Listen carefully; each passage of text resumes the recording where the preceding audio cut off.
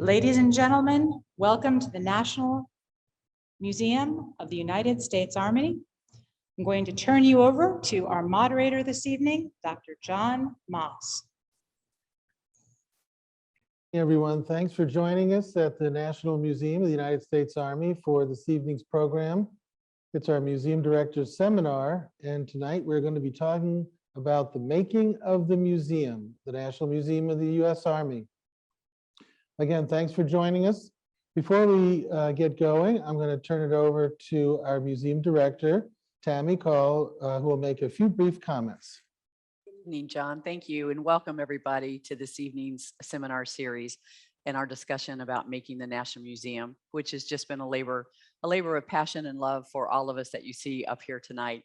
But before we really get started, I wanted to extend a very heartfelt thank you to all of the stakeholders, which included hundreds, if not thousands at times, of people that have been involved in this project for many, many years, especially the last 7 years of the really labor-intensive efforts to construct the museum and have it come and be open to the public.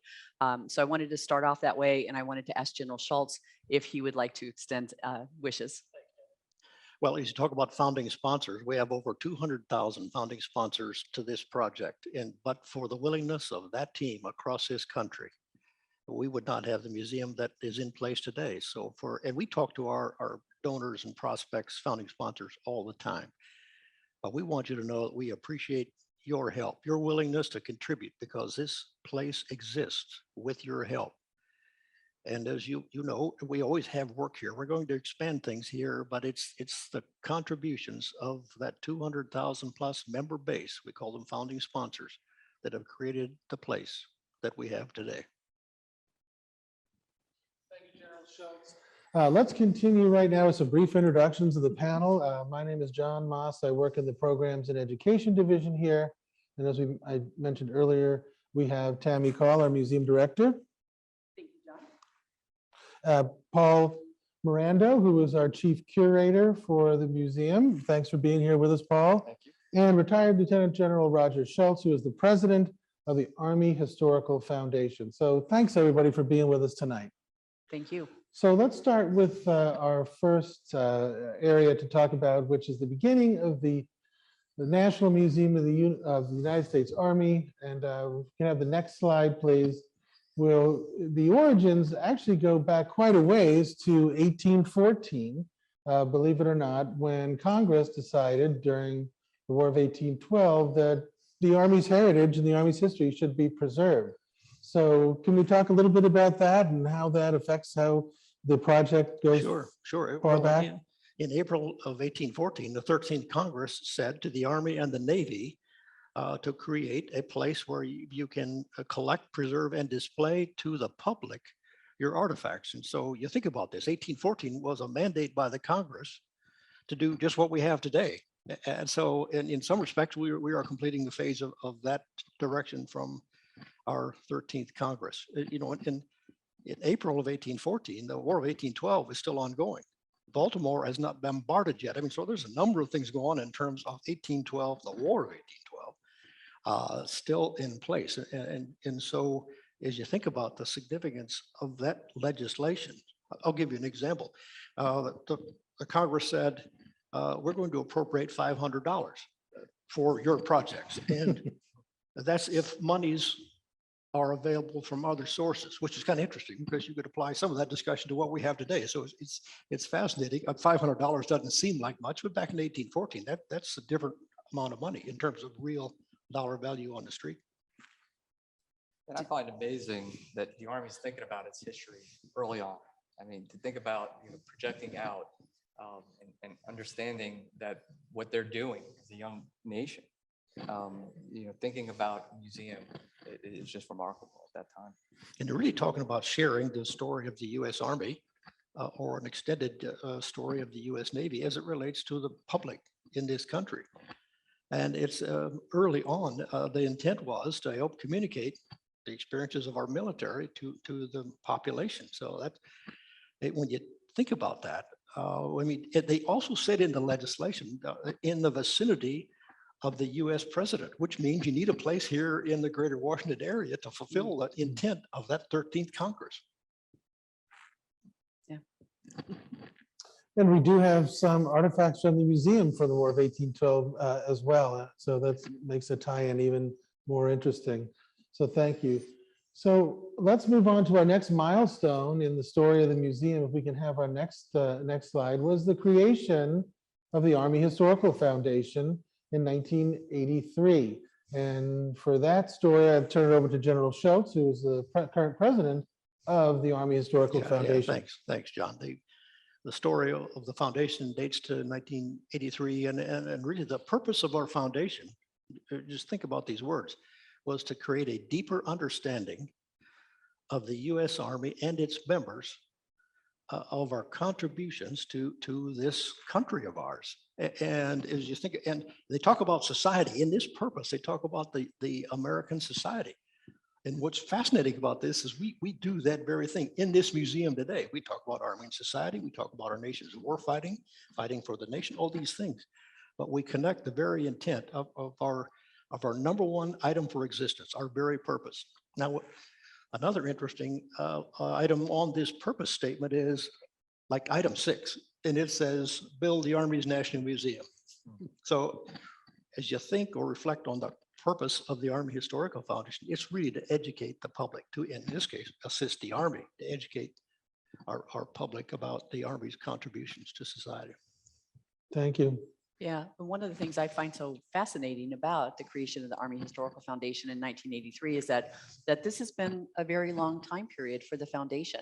And I think that the perseverance of so many of the earliest founders of the foundation and keeping it going up until the point to when the foundation really began its capital campaign for the construction of the facility. So just a really amazing feat, sir. And appreciate that. It's a great point. We talk about keeping the foundation in being since 1983 to early 2000s, when our campaign really started in terms of a capital campaign to build the facility we have today. And so that's a number of years where you just kept the foundation in existence, in being, pay the annual incorporation dues. And that's really what they were doing for many, many years. And thank goodness that there was a team willing to do that. Absolutely. Great. Well, as we move to the next slide, we'll talk next about the relationship between the Army Historical Foundation and the National Museum of the U.S. Army. So let me ask General Schultz and Ms. Call about the relationship and how that works. There's the private foundation that has been fundraising and developing the idea, and the Army side, that on the National Museum, that's been has a separate role. Can you all talk about how that works? Sure. Well, early 2000s, General Bill Hartzog was the chairman and the president of the Army Historical Foundation, a visionary to be sure. And one of the things that he always talked about was a relationship with the Army that we could together create a place where we could educate the public. And this is an educational facility. And he reminded me of that just before he passed away as the significance of our work here. And so it's a relationship. I'll let Tammy fill in some of the pieces, but this is unusual, approved by the Congress, actually, that our relationship is in place today. And so the foundation has a revenue generating. We have a business responsibility here, but it's also in partnership with the Army. Sure, and yes, the congressional language was really the start of what allowed the Army to form this formal relationship with the Army Historical Foundation. And in having that public law be released, it allowed the Army to establish a project office, in which it did so on Fort Belvoir many years ago in the mid 2000s, 2005, in which a formal project office was staffed and stood up, and the Army began exploring museum storyline development, the creation of that.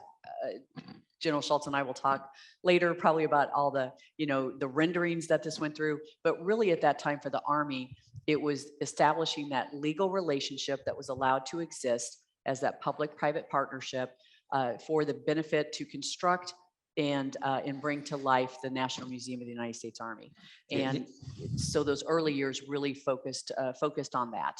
And of course, to create a relationship like this, we had to have documentation, memorandums of understanding, memorandums of agreement, a lease. And these things take time to work out. And I'm recalling months, Tabby. Oh, yes. Yes, sir. And so the very first memorandum of agreement between the Army and the Army Historical Foundation was developed by the Army in 2006 by the project office. And that team at that time, did all the staffing required and all of the coordination, to have that memorandum in place, outlining the roles and responsibilities. And so that document is what told the project office team what they were responsible for, informed the foundation what the Army was holding them responsible for, and then everything just kind of started moving forward. Good, thank you. Let's move to the next slide. We'll talk a little bit now about the location of the museum and how that was chosen, when it was chosen to be here at Fort Belvoir, Virginia. And if you will, Tammy, General Schultz, if you will talk about the very interesting and curvy path to our current location, I think folks would really enjoy hearing about that. Well, in the early 2001, Secretary White decided that the National Museum of the United States Army would be at Fort Belvoir. Now, some years later, the actual site, I'm talking about the location on Belvoir, was determined, but the Army studied 64 sites in the course of this selection. So this is not casual. There are a lot of thought going into what we have here today. And when you think about this site, you say, well, why would they pick this site? We're just midway between two major north-south traffic corridors. We're 6 miles from Mount Vernon.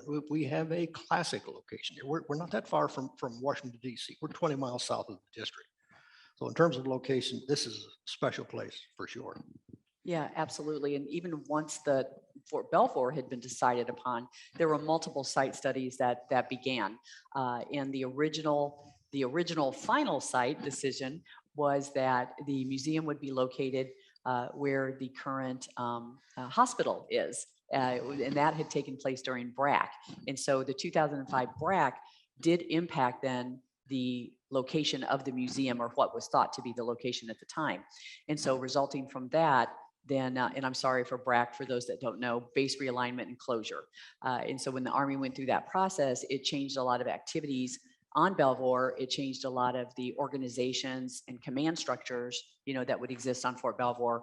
And the museum was once again seeking a site to call home. So eventually the actual site where we sit now was chosen. And it was chosen specifically because of the public accessibility from Fairfax County Parkway. We're just 2 miles down from I-95. And so all of those were considerations in selecting this particular location. At the time when the site was chosen, it was a part of the Fort Belvoir MWR golf course. And the foundation did a lot of work to ensure that the golf course was able to restructure and continue with its current 36-hole structure. But we took up, I think, five holes. We relocated. Relocated. We sent the money to the MWR, Morale Welfare Recreation Fund here at Fort Belvoir, and they relocated 5 fairways and 5 holes, basically. Yeah, yeah. So quite a, and a part of that reasoning of that, actually, even though later on we'll talk about some of the wood trees that we had to take down and stuff, as a golf course, there was quite a bit of clear land, for the site to build on top of. So that was part of the decision-making process as well. Okay. Thank you. Yeah. All right, let's move on to our next topic that we'll cover here with our panel. And we'll talk here about the leadership team that came in.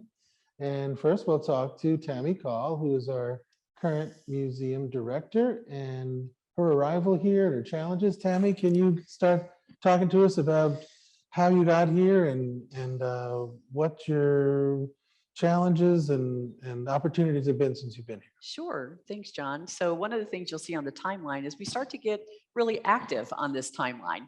And so late 2014, when I came on board almost 7 years ago, the project itself had been on the Army side, had been in what we call a pencils down mode.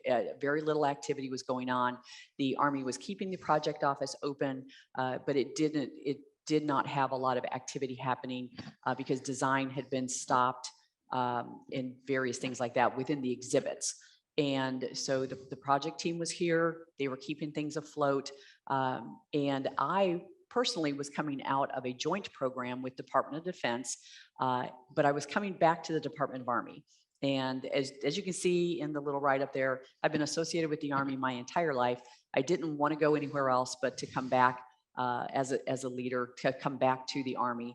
And so as I was getting ready to depart my assignment, I shot my resume out to former leaders that I had served with and said, I'm basically looking for my next permanent position. And you know, I wasn't tracking at that time that the Army was pursuing the construction of a national museum, but a former boss of mine, Mr. Randy Robinson, he was the project executive officer. And he had a vacancy for the project director.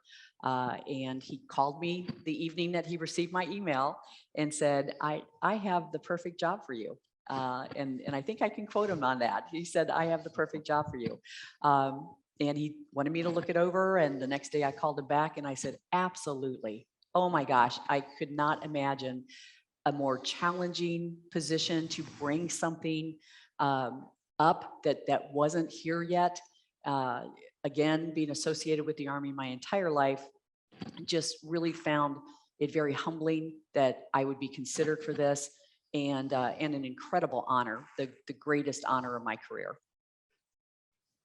And what have you found to be your greatest challenges or surprises since you've come on board and been with us for 7 years now? Sure. Thanks, John. So at the beginning, you know, one of the challenges that we faced as a project team was that since we didn't exist yet, right? The physical structure of the museum didn't exist. Showing renderings to people, talking about what it's going to be is difficult. It's difficult for some folks to envision what that means and what it's truly going to be. And so early on, I had realized that once this museum did come to fruition, and we were going to have a lot of legal documents to develop first. That was my very first challenge, was updating that original MOA, that memorandum of agreement, and then putting into place some additional legal documents to allow construction to begin. So there was a lot of work there. But really the greatest challenges was just getting individuals to understand the significance of what this museum was going to be and to bring to our American audience. And quickly I became aware, once I became aware of the design features of the museum, I realized that I could honestly tell individuals that, you know, think of us as the Army Smithsonian, because that's what we're going to be. And so to see that come to fruition, that's just been amazing. Great, thank you very much. Of course, we're all very glad you're here. Hope you'll be with us another 7 years. Why don't we move on to the next slide? And of course, the other part of the partnership here that has brought this museum to life is the Army Historical Foundation, whose president is retired Lieutenant General Roger Schultz. So General Schultz, can you tell us a little bit about your background, how you got here, and how you pursued the vision for the foundation as you started? Sure. Let me start as Tammy did by saying I'm honored to be part of this team. It's a once in a lifetime opportunity without any question. So I've been in and around an Army uniform for 42 years and 9 months. That's on active duty and that's in the National Guard. But I've also been connected with the Army in lots of ways between my retirement and where we are today.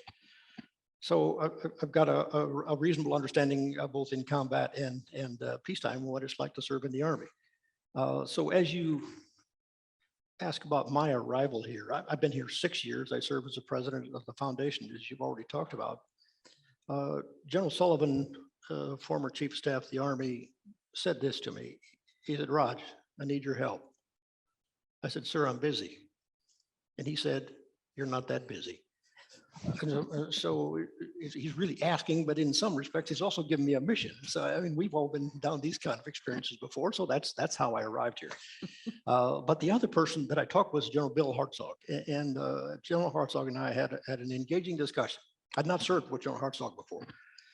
But in the course, he's leading a small team in the foundation and kept things glued together, as I talked about before. And it was that piece of the challenge that they basically convinced me that I could help this team. Now, I've managed projects before. I've managed complex projects before, but I have to tell you, I've never managed a project like this. This one, in some respects, when you talk about stakeholders, this is beyond complex. But it's the teamwork between the Army, Tammy Call, and our leadership. The foundation leadership is really what has created what we have today. So that's how I arrived here, and essentially we're still part of the team. Thank you very much. Okay, let's move on to our next topic here that we'll talk about, which is the actual groundbreaking and the beginning of the construction of the museum. And as you've alluded to, Tammy, in some ways, maybe things weren't real until there was a tree coming down and bulldozers out there. But there was a ceremony, there was a groundbreaking. Can you tell us about that and that moment and what it felt like and how you all got to that position in 2016? Sure. So I'd already mentioned that, part of the job when I had first come on board in 2014 and really coming to the realization in 2015 were the legal documents that had to be formed and staffed. And, getting to this point meant that we had to have lots of involvement with headquarters, Department of Army, get notification to the Secretary of the Army, approval to proceed, congressional notification. Those things are things that take time and a lot of detailed information that has to be presented to many, many people. So this day was really special to get this far. And what you see on the screen, you see General Milley. He was Chief of Staff of the Army at the time. And it almost looks like the building is real behind him because that rendering was so right on target of what this building was going to look like. By that time, we had final design. We knew what was going to look like. What had also happened by the time we had this groundbreaking is that the Army had given the Corps of Engineers the approval to proceed with an ongoing project for the roads and infrastructure here on the site. So not only was the Army saying to the foundation, proceed with construction, and get this going, the Army was also cutting down trees, right? Preparing the site for major construction, and then also preparing the sites to receive all of the infrastructure and the roads that would go into it. That's all the utilities and everything. So you see a beautiful building, but what sometimes you don't understand is all of the support that goes on. We sit on an 84-acre campus. So that was a lot of utility lines to run, roadways to put in, parking lots to begin to structure, and working out all those very, very fine details of who was doing what, right? And who had responsibility for what. With that, General Schultz. Yeah, and one of the challenges here was we had military construction money standing by to create what Tammy is now describing. In the course of this, that also had to be obligated before a period of time that the money was going to sunset, it would be gone. And so driving that piece of reality for us was a daily understanding. And we were pretty careful about the planning at the same time, pressing hard, finish construction plans, get on with the rest of the agreements, get your contractors in place so that when we receive Army permission to proceed, which we received in March of 2017, then everything was in place. But that sequence of activities, when Tammy and I first met, we had lots of things that we needed to work on and rather urgently. So from the time that the first tree came down to the time when steel started becoming reality of the building, how long was that period of time? We received Army permission to proceed. Notice to proceed is the title of it. Started construction then, and you'll hear a little bit more about the detail later on here in this discussion. But from that time, we actually just 2 years later had, Yeah, about 2 had years. the majority of the construction. I'm Mhm. talking about the building being watertight, sealed, ready to go. And I understand that at the groundbreaking ceremony, that it was a little difficult to reach the site. Can you tell us how that worked? We didn't have any roads here. We didn't have any roads yet. So we were transporting people across the golf course on golf cart paths using golf carts and 15-pack vans. We had done some test runs prior to the day of the groundbreaking to ensure that we could get a 15-pack van onto the golf cart, and it was a very hilly, windy path to get here, to get to the top of the site. And you know, when you reach the top of the site, it looked like a formal outdoor ceremony. A chair set up, tent set up. Of course, we had the stage with the rendering behind it, all very official looking and formal looking. You know, typical in Northern Virginia, it was a mid-September day, so that can be really pleasant, or it can be hot, and it was hot. It was a But you know, very as hot you- day. As you think about the groundbreaking, that was significant for us because it's the first visual. That's that impression. So wait a minute, Yep. this crew might actually be able to finish this project because we're on the site. We have plans developing and looks like we're going to move on with this schedule. And we've had some really, really gracious donors over years. Well, you know, I'm talking about lots of years and thousands of people helping us here, and all they've looked at is a rendering. Now, you talk about faith, that's leaping quite a ways. Sure. Yeah. Now, you mentioned that it was kind of hot that day, but you didn't mention that it was windy, Well, and apparently that affected the ceremony a little bit. it did. It did. So it wasn't windy at the beginning of the ceremony. You know, we gotten everybody up, we gotten them into place. Everybody was in their chairs. The ceremony was ongoing, and the opening speaker was General Sullivan, as the CEO, chairman of the board for the foundation, and you'll notice in the picture behind General Milley is a young soldier standing. He is actually holding the Army flag. The Army flag can get quite heavy with all of its streamers. And as the wind picked up, the flag decided that it would tilt over. And so some quick action led to a staff member being able to secure the flag before it fell and did any damage to anyone on the stage. And then we assigned a soldier who quickly stepped up to hold that flag to make sure that it didn't happen again. So just one of those little fond memories of the day in which could have been quite catastrophic, but was saved. Mhm. You know, Paul, as you think about this, I'm reminded of the story of William Carney, 1863, and he talked about picking up the Ah. flag. He said, boys, the flag never touched the ground. Fort Wagner. And I'm reminded of that because that flag never touched the ground. It's a great connection, sir. Yep. And you can talk about that in a few minutes. Yes. So I let's will. move on to our next slide, and we have an image here of probably one of the most striking images related to the construction of the museum. And I won't go into it myself because I want to ask our chief curator, Paul Morando, about this. But this was all over the news when this happened. Can you tell us about that artifact and what it represents and the other large scale artifacts? Sure. I mean, what you're looking at is a jumbo Sherman tank known as Cobra King, probably one of the most iconic artifacts in the museum. And we talked earlier about visuals, right? Well, look at this image, right? This is the first artifact going into the sort of the museum, but the museum had to be built around it, being a macro artifact, extremely large. It was others like the Higgins boat, FT-17, another tank. And so if you're looking at it, it really drives home that we're opening a museum dedicated to the history of the United States Army. And so a lot of work positioning this tank, right? Because you have to build the walls around it, right? So you got to make sure it's in the right location, and also conservation, the work that had to be done to get this historic object to be presented, to be installed at the museum. A lot of planning, a lot of work went into all of that. So to see this image was really the beginning, if you will, of the museum. Well, as Paul talks about the macro installation, artifact installation, those are reinforced pads, and that tank is going on a precise location. And where that tank is now positioned is permanent. It's there. And the other thing we should point out is there's no structural steel assembled at this point. They're just 4 pads, reinforced concrete pads, basically, and that's where those artifacts went.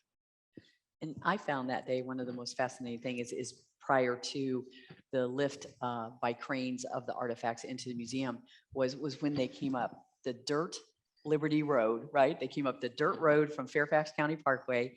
The cut through had been made. The road was there. It was in its very infant structure. And these semis would crest that hill and have these beautiful large artifacts on that bed. And then just watching it take place over the course of the day. It was really fascinating. And Paul, where did this tank come from? And how was it known that that's what the National Museum of the U.S. Army wanted to have in the World War II gallery? Well, I mean, it's kind of a fascinating story. It was located actually in Vilseck in Germany, right? So someone was able to identify this specifically as the Cobra King, detanked the lead tank into the Battle of the Stone during the Battle of the Bulge, right? So it was then identified and sent back to the United States, refurbished and worked on at Fort Benning. And then eventually came to be part of the National Army Museum's collection. Obviously an iconic artifact, but what a powerful story. And that's, you know, the objects we seek out to tell the Army story, and it doesn't get any better. Yeah, there's the story behind what Paul's talking about is a chaplain found this tank in Europe. And he's studying serial numbers. You know, historians are into a lot of this detail. And so he's writing a buddy saying, hey, I think I might have found a tank that's in the family of Cobra King. Somebody writes him back and said, that's not in the family, that's Cobra King. And the other macro artifacts that we have, can you just go into a little bit of detail of those? And Yeah, I mentioned before about the Higgins boat LCVP. It's the one of 6 known that's sort of the D-Day landings. We don't know the one we have is specific to what beach, but we do know it was part of those landings. Bradley fighting vehicle, right? Which is another piece that, you know, installed early on because it's so big and so large that we had to get into the museum prior to that. FT-17, a tank from World War I. And you know, that served during World War I at the Battle of Exermont during the Meuse-Argonne, and you can see the battle damage, the bullet holes that are there. You still see that today. So when visitors walk through, they get a sense of that history, the sense of what it was like to be inside that tank and get all that experience just from that object.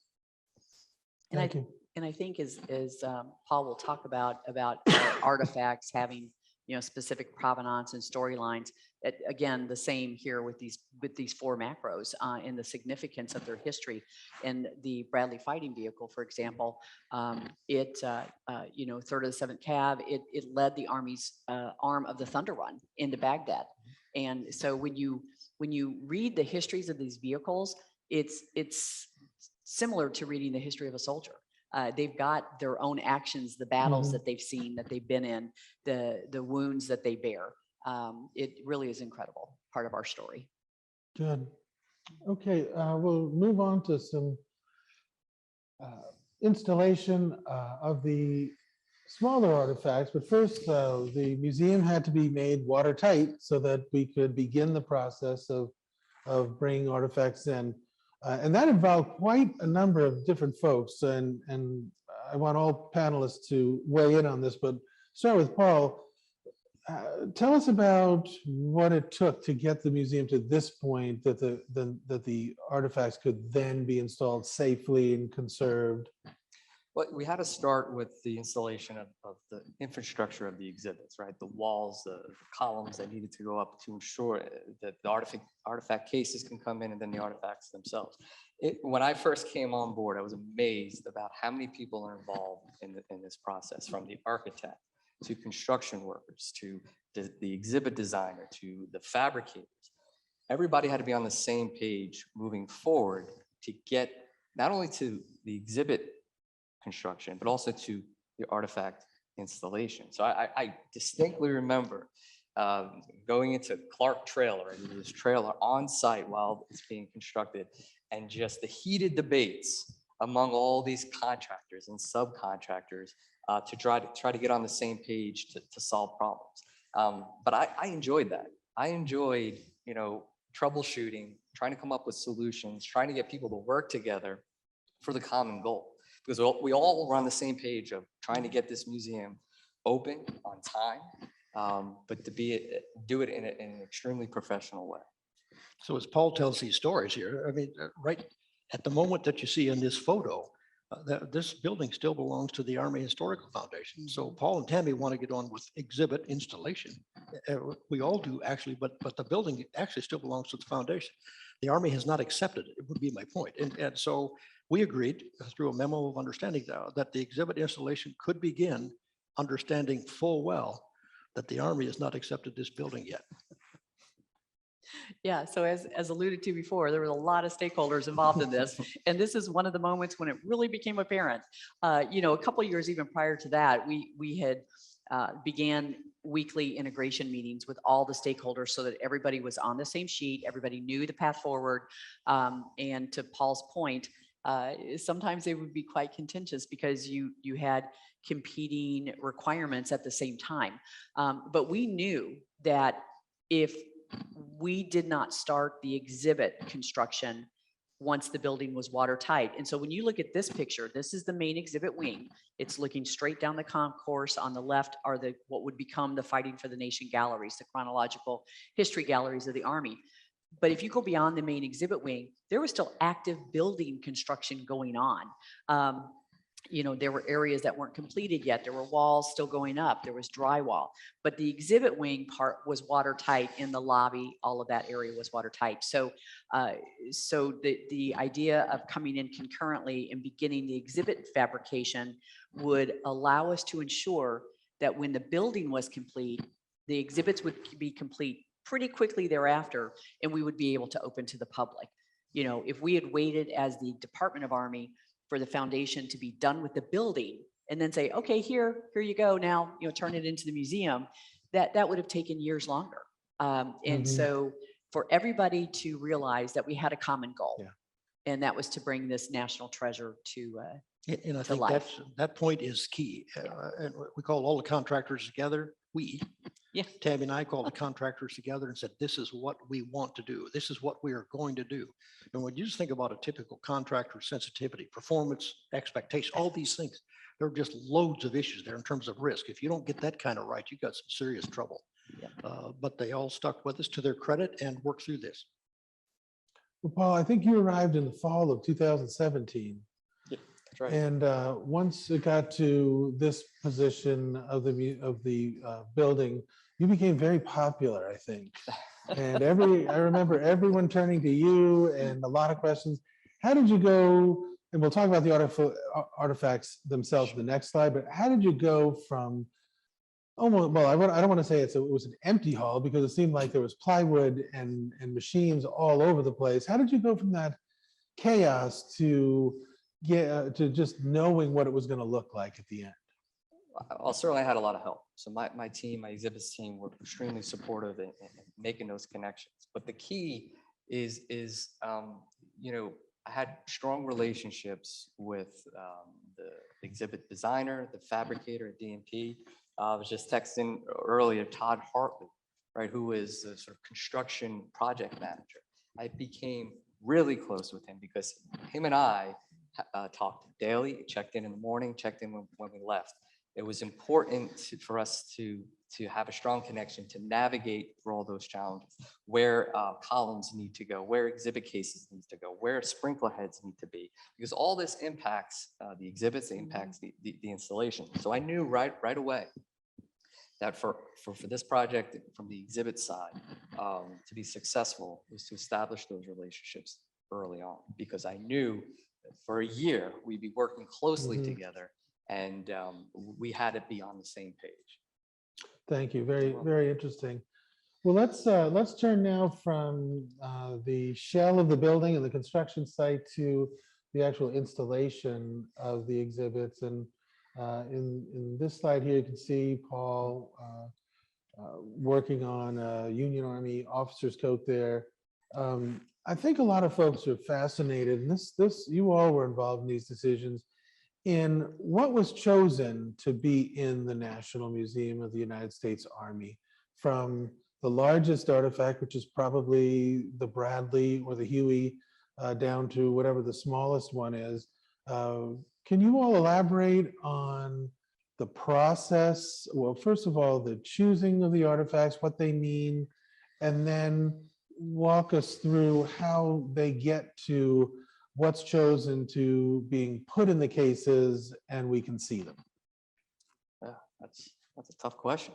That was like 3, 4 different questions at a time. Well, what I can say is obviously the mission of the museum is to tell the Army story through soldier stories, right? So we wanted right away to have artifacts that are connected to individual soldiers.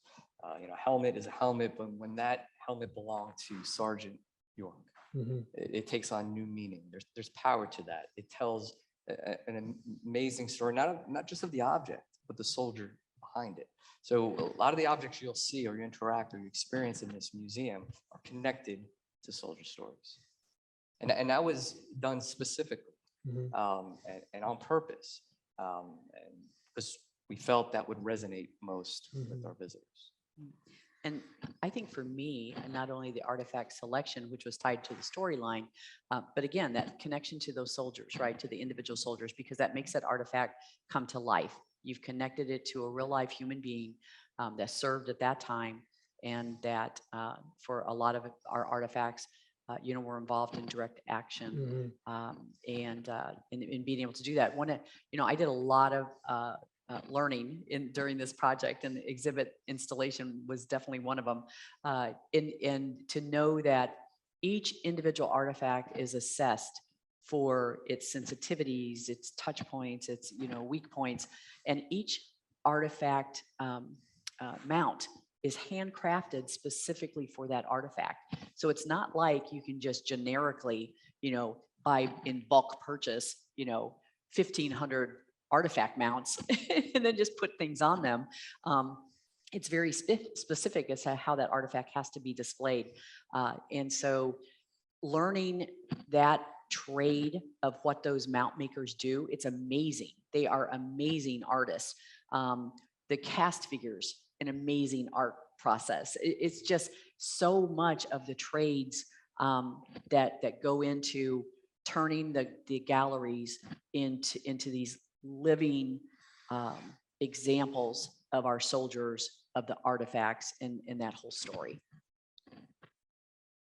Well, Paul, I remember trying to step in every once in a while and see how the progress was going. And when I saw the artifacts get into the case, I naturally assumed, well, we're almost there. And then somebody in your team said, we haven't even started the lighting yet. I didn't even know that was a process. What is all that about? Well, yeah, it's amazing that you were allowed down there in the first place, but even so, so you think you just put an object in a case, right? You lock it up and call it a day. But there's so many variables that are involved, right? The lighting, which is crucial. Artifact labels and how the artifact itself is presented to the public, right? You don't want it hidden. You don't want it to be not visible. And you want it to be obviously in its best light. You want the panels, the graphics to shine, and all the information about not only the object, but the storyline behind it, the context of why this artifact is being presented. So, my team and I spent loads of time on each artifact to get it as perfect as it can be. And there was a lot of challenges in doing that. Sometimes, what you see in a blueprint or a design, but when you go to install these objects, the size of a case may be a little bit off. So you have to be flexible in moving objects, moving panels, moving lighting. So I can tell stories about every artifact, about every case, about every graphic panel that was installed, and my team could as well. But that experience it was priceless for us. Thank you. Yeah. Well, I think we have another slide on the opening of the museum. So if we could advance to that. And the opening of the museum was a little bumpy, but it worked. So Why don't you all, the three of you actually, talk about how we got to the opening of the museum and what that meant? Sure, I'll go ahead and start. So we were, spring of 2020, we're in a mad sprint. We've got the final gallery going in. We're there. We're 80% of that is finished. We're just going. We're scheduled to open on June 4th of 2020. So big celebration, a lot going on. And I should say, leading up to this, the artifact installations, everything else going at that same period of time that all of that had been happening. We were bringing on the visitor services team, right? The front of house operations. We were standing up the volunteer corps, over 400 amazing individuals who give us their precious resource of time that are here, that went through what we call volunteer ambassador training to begin with. And then if they choose to be a docent, then they go through additional training, a very, very hefty training requirement to be certified as a docent. And then they serve in various capacities throughout the museum, in the galleries, with specific time periods that they like, or generalist across the galleries, or leading tours, throughout the museum. So all of those types of things were happening as well as we were preparing to open. And so you get to see the really great artifacts and the exhibits in the galleries. And then there was a whole bunch of other back of house stuff that was happening to prepare to open. So there we were in kind of the mad sprint, super excited. Everything was going really well. And then of course we had, did we mention that this project had been very complex? Just a little. Very complex. So let's add in a worldwide pandemic right on top of it. So our first goal when everything happened was manyfold. Number one, to continue to operate where we could in a very safe and secure way. And so Paul, with some local contractors, proceeded on with finishing up the gallery very safely, full mask and gloves and everything as they kind of danced around each other to make sure that we were installing those artifacts, because it was also important that we get them installed so that we can also then secure them as well. And then just the staff of going to staffing up to all of a sudden being in a situation where we were just kind of in a holding pattern. So as we went into late spring, knowing that we would not open on the 4th of June, late spring into the summer, we really focused on, okay, when we do get to open, when is that going to be? What's it going to look like? And making sure that we were going to be able to open in the safest way possible for our staff, for our visitors, and provide that environment. I will say, if there is a silver lining, the fact that we are a brand new facility, and as a museum, we have state-of-the-art air handling systems. We have filtration systems we have over 700 different filters within this museum. And so the ability to open up safely, we proved to the Army that we could do that. And so a new date was set for 11 November, Veterans Day. And we did open on that day. And I can talk a little bit about what happened after that in a minute. I'll turn it over and see if anybody else has something to add. Well, Paul will have his own stories. We went from 4,000 invitations to 0. Yeah. But on the exhibit side, we had to figure out too how the visitor experience through the exhibits, in terms of what the theaters that we have, spacing out visitors to experience that. We have a lot of touch screen interactives in the museum, right? Audio wands and handhelds. And so we wanted to, of course, make it safe for our visitors. And that was our number one priority, but we didn't want to take away from their experience. So we put so much time and effort to get that. And we just wanted to balance it. Yeah. And there were a lot of questions, and we worked very closely with many Army entities to ensure that if Army leadership decided to open us, that we could do so in a safe and secure environment. So we were monitoring the other national museums in the area, the Smithsonian's, the National Marine Corps Museum, what were they doing? What decisions were they making? And as we entered the fall and all of the numbers stabilized and began to go down, we saw that we were going to reopen. The Smithsonian was reopening. And so we had Veterans Day chosen. We went to a virtual opening, a much smaller kind of environment, but done as you see on the screen in a very safe way with the senior leaders and defense leaders there, all of us distanced, all of us masked, and we held a virtual opening. And then we were able to open to the public in a reduced capacity. We had always planned on having time ticketing. So visitors, even though the tickets are free, the museum is a free experience, but we would require a timed entry ticket to control flow. And this allowed us to easily dial back those numbers that we released on a daily Right. basis to ensure that we kept our capacity at whatever the Army found acceptable. And we continue to do that to this day.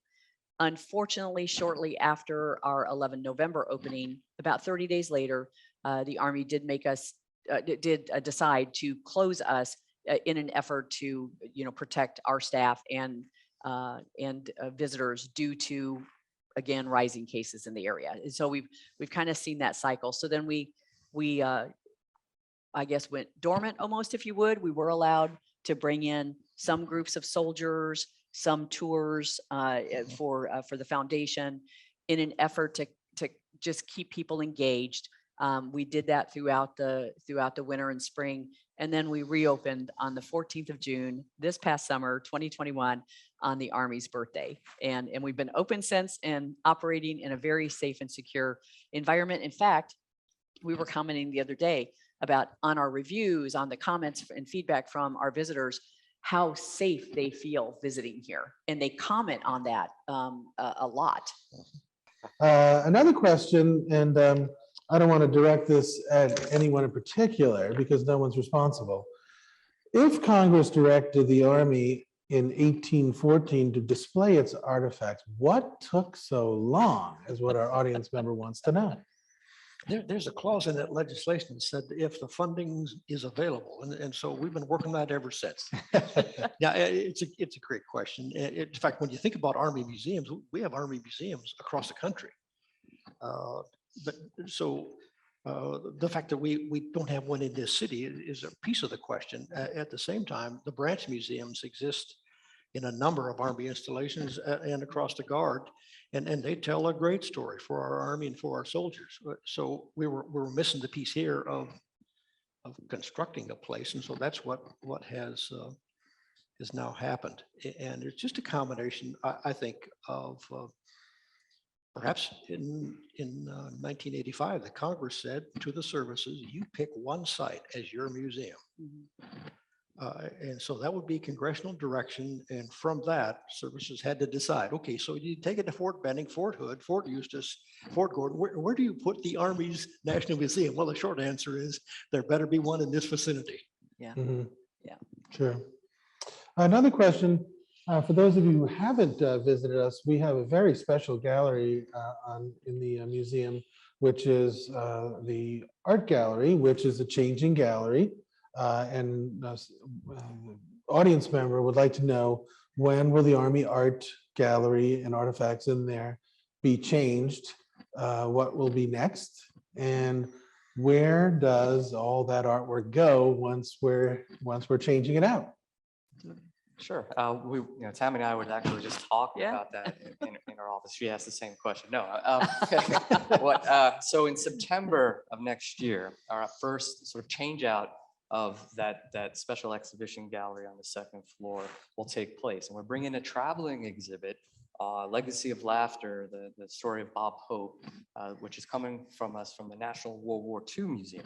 We'll go in that space, but we're going to modify the existing Art of Soldiering gallery to take off the back end of that space. So we'll still have an art gallery presence, but also be able to bring in this traveling exhibit. So when select pieces of artwork come off display, they'll go into our museum support center, which is located on Fort Belvoir, back into collection storage.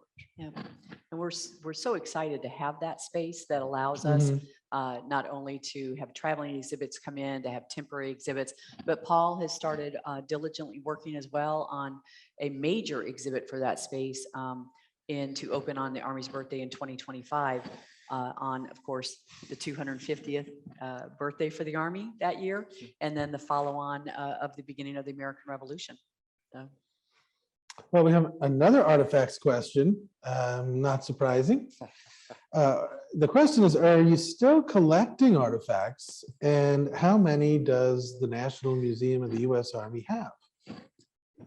We are collecting artifacts, as we actually got a lot of donation requests from the public. So once we stood up as a national museum, of course, we become this beacon, right? Where people want to donate their families' items or their items that they have themselves. So yes, if it fits our storyline, if it fits our mission, there is a process that we go through to bring artifacts into the museum's collection. So it's a panel, a collection committee panel looks at the objects that are coming in, see if it fits a specific storyline, and make a decision that way.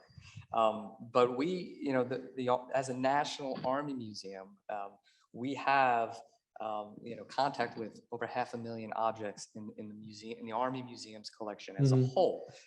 Some that a lot of them stored at the Museum Support Center, which I mentioned before, other places, but also the other Army museums that General Schultz mentioned as well. We're able to kind of loan out artifacts to bring in for special exhibitions or for special displays. So we have a large collection to choose from. Our audience member who asked about the soldier story pylons, that was during the sound outage. Okay. And would you indulge us with that answer one more time? Yeah, And we'll compare it to your first answer.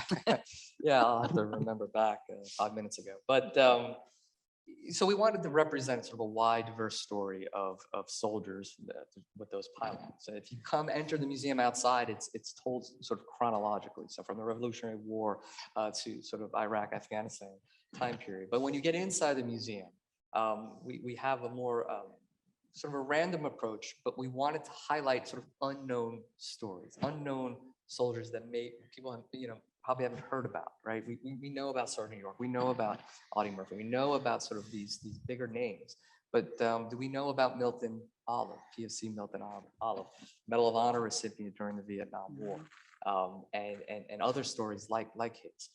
So we wanted to just give a nice representation of soldier stories. So Thank you. Our next question is, what is the Memorial Garden and Warriors Plaza, and what's the timeline for those coming? Sure, I'll coming up? start this. Tammy will Sure. back me up here. Warriors Plaza and Field is actually the next in the construction sequence, and we're working right now through the final environmental reviews. And if the weather is favorable, we might start that construction later this year, before the end of the year, for sure. Our first priority is a piece of this project would be to begin that south walk. That's a walkway up to the plaza itself. And so that'll be step number one. And I'm thinking we're 30+ days from, I don't know the timing of all the reviews, but we do have an environmental sequence of reviews in place. It takes approval from Department of Environmental Quality, and it also takes a garrison environmental review. So that's what we're doing. This year we'll begin that construction based on what I know at the moment. And for sure in the spring of 2022, we'll get on with the Warriors Field and Plaza. Memorial Garden is the next in our sequence of priorities. We have funding for the first step in that journey, and so we're working on the rest in terms of Memorial Garden. The Memorial Garden, for those that perhaps haven't heard much about that, is a place where we recognize our fallen. It's a place where we remember our POWs and our MIA. And so this is a place of quiet reflection. And at the distance end of this garden is a soldier's cross. And of course, that's the formation that we typically have as we lose soldiers in our ranks. And so this is going to be a special place when we get to it. Yeah. And I'll just add to that and to General Schultz, and because his team has worked so very hard, the Fort Belvoir team has worked hard, just like those years of documents and legal things.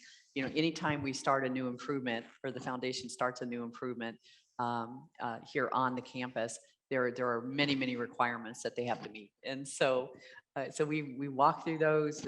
Each of them have very specific timelines that that they have to review and approve and bring comment back and respond back. And so we're working through all of those, and we really look forward.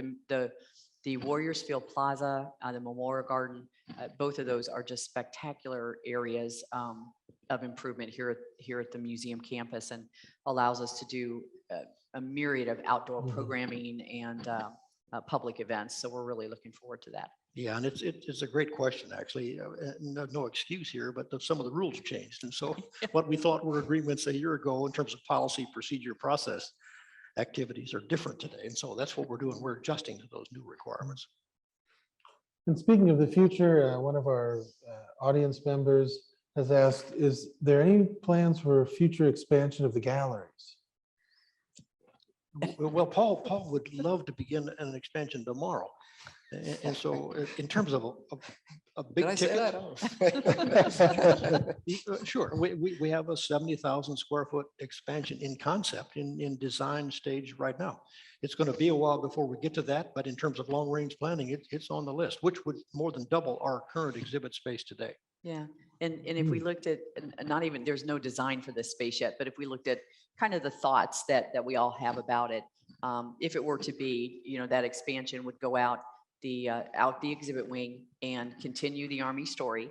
And then it would be a 2-story space though. And so possibly, and then on the bottom, and a macro gallery, a macro artifact gallery. So we can bring in even more of those large macro artifacts and have the wherewithal to maybe change them out. Yeah. In fact, there's an expansion that we haven't talked about here, but the Army Trail is a piece of an expansion. It's obviously a walk in the tree line, the vegetation out there, but that's another great place to educate others about the Army.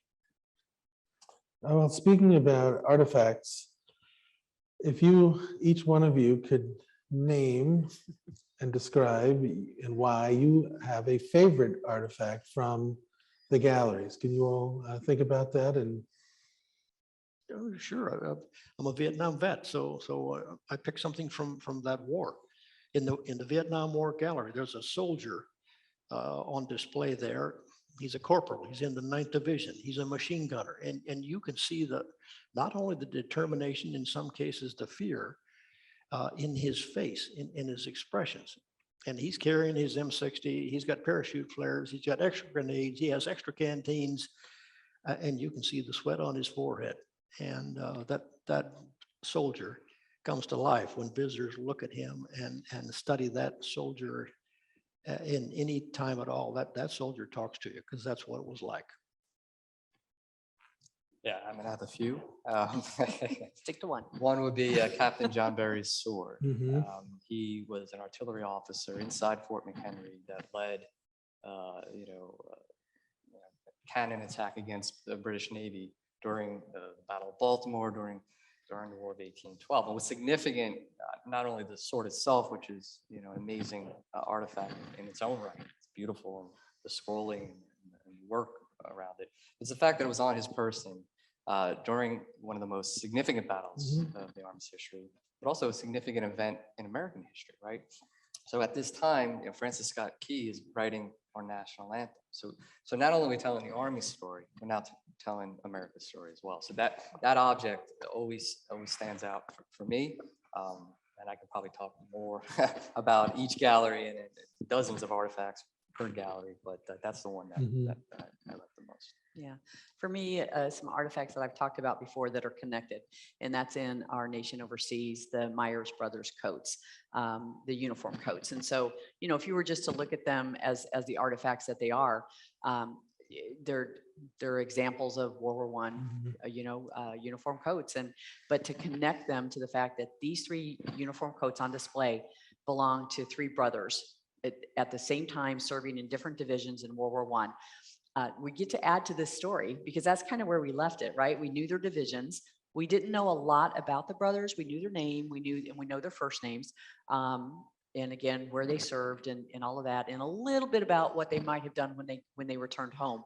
But we now have more because a couple of weeks ago, we had the daughter of one of those brothers, Frank, visit us here at the museum. And now Frank had her later in life, and she came to visit, and she had really no idea. She knew that she had donated the uniform coats, had no idea of how we would display them in the story that we would tell. And so we found out so much more. The brothers, when they returned from World War I, combined their check, their final check that they received from the Army, and bought a family farm. And then that's where the parents, they bought their parents a family farm. My goodness, what a story. She has some additional artifacts that we're working with her on processing, some photos and letters. And it just, again, that's how we get to tell this story here, right? Is through those amazing artifacts and their individual soldier stories, and here a story of a family of soldiers. And it's just so moving and touching. And we find that all through the galleries, but that just particularly happens to be one of my favorite stories. Thank you. Yeah. We have a question about the museum in the wider world. Is there any ongoing liaison or professional exchanges with National Army museums of other countries? Absolutely. We have very good relationships with the National Army Museum in London, with the National Army Museum in Paris, and then of course here in the States with the National Museum of the World War I, and World War II as well, and others. And so we have been establishing very collaborative working relationships with all these museums. In fact, we just had a call today with the National Veterans Memorial and Museum, and have a partnership with them as well. So absolutely we do. Yeah. Okay, thank you. Another question about what about outreach programs in the future to outside entities, including colleges, universities, Army organizations, along those lines? Sure, I could take it at least to start. And so through a variety, whether it's through our public programming, some of our public programming and visitor services, or through the programs and education division, and we're just getting started. So we've just opened up for an intern program. And so we're slowly getting going into those outreach programs. Our visitor services division already does outreach, especially in this local and regional area, with units, with certain organizations. We do a lot of programming and planning for accessibility and inclusion programs, different things like that. So we are actively working those, and we'll keep expanding those as we mature as a national museum. Okay, another question, and I think this might be one of the last ones here. And our questioner, our audience member, and thank you for the question, notes that there are a lot of, so as we mentioned, a lot of soldier stories. There's everything from the soldier story pylons to the cast figures to individual soldiers being represented in the various galleries and their stories. How were they chosen, the stories and the individuals? How did that come about? Yeah, I mean, it's a good question.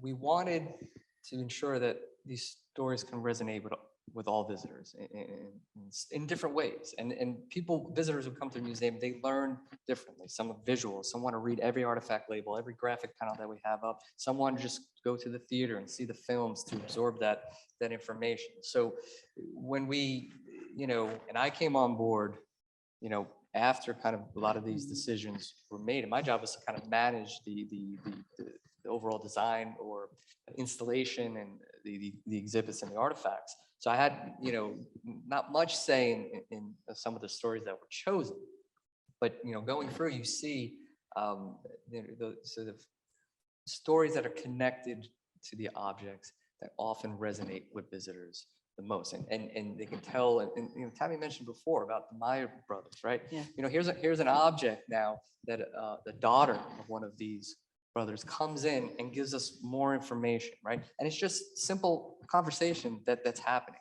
Well, we're gleaning so much information from that conversation. So a lot of how these stories were chosen are based on how people are going to interact, not only with the objects, but with the exhibits that are on display. And you can see, you listen to the conversations that people are having, that they're making those connections. So, the panel, we had historians, we had curators, we had, the team looking at different ways to tell this big story. You can remember the Army, it's a huge organization, a rich, amazing history. How do you get all that information into a museum? You're going to leave stories out, you're going to leave certain things out, but at the end, through those soldier stories, you have a better understanding about the history of the Army. Thank you. And in a way, we're trying to supplement those stories with programming, to have things that aren't in the museum as objects, but to talk about them at our book talks and conferences and symposia, things like that. We will obviously continue to do that. Well, folks, that's going to wrap it up for us tonight. I want to thank Roger Schultz, Paul Morando, Tammy Call, our presenters tonight. It's been fun setting this all up. Also want to thank the audience members who came to be with us this evening to learn more about the National Museum of the United States Army. And those who haven't visited us, hopefully it will get you in our doors and we can meet you soon. I also want to thank our production team tonight, which included a producer, a runner, a key grip, a best boy, and everybody else in the universe. But I don't want to leave out our IT department who worked to get this program off the ground and have been with us tonight and really have been troopers with us as well. So thanks, everybody, and thanks to the panel.